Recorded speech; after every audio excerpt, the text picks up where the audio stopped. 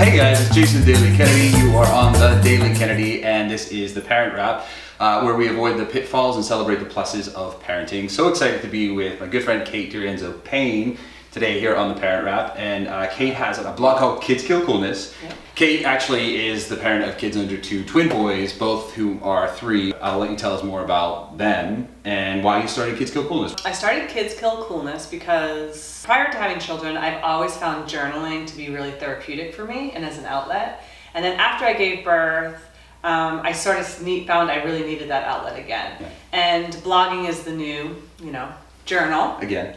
So I started writing also because having twins is so specific. Twin parents need sometimes different support than parents of singletons. I think there's some stuff that's Singletons. I'm a singleton. You're a singleton. But I'm married.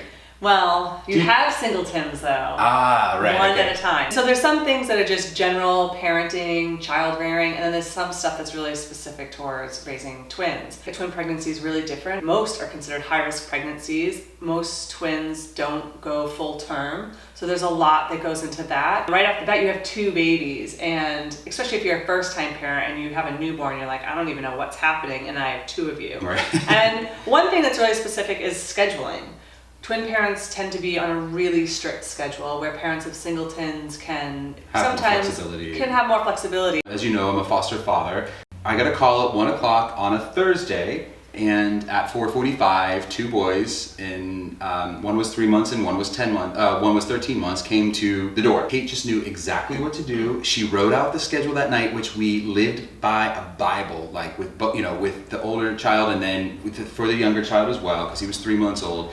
And it saved our lives. But that day was amazing because you just went right to the grocery store, you bought things that we needed to buy, you went to Target, we came back, and one of the things that we're going to post is this amazing schedule that Kate gave us for both infants and 1-year-olds. I'll put this up on the Parent Wrap on the Daily Kennedy, and I'll also have a link on there to Kate's blog, Kids Kill Coolness, so you guys can find out more about what she has. She's got some very funny, very irreverent, and very honest and authentic experiences with your kids. Oh yeah, having kids totally just takes you down a level, doesn't it? Yeah, especially when they're talking. Oh yeah. In public. They're so honest, which is really amazing, and they have no filter, but there are times when you're like just trying to muzzle them. You're like, please do not say that loud. Right. One of the things I love about kids is that I believe that they're our greatest teachers. Oh, for sure.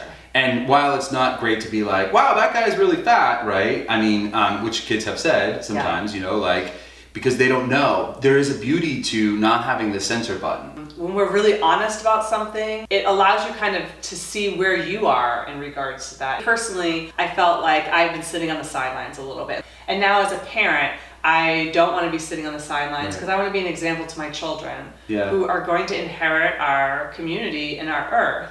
When it comes to recognizing some of the injustices, I think you obviously have to do it at an age-appropriate level. Yeah, you can't start to have a conversation about mass incarceration with a 2-year-old. Of course. But like inequality. My husband and I have equal roles within our house. My son wanted a pink scooter. We were like, great. So we try to find books where the protagonist is a person of color. We try to teach them water conservation a bit, At home. Shutting off the faucet in between brushes, earth needs the water. We try to use words like consent. It's always when one is beating up the other one, or one has said no, but now it's age appropriate in our house. One of my favorite times, I was on the phone with you, and I remember you saying this, and I'm starting to use it with our boys because they're pushing each other now. Oh yeah. And it was, he didn't say that you could put your hands on him, right? Yeah. And when you're talking to 3-year-olds, or you hear somebody talking to 3-year-olds, or you're talking to a 1 and 2-year-old, you're kind of like, I can't believe I said that, right? How many, by the way, things go into that category of I can't believe I just said that? Like, don't terrorize your brother.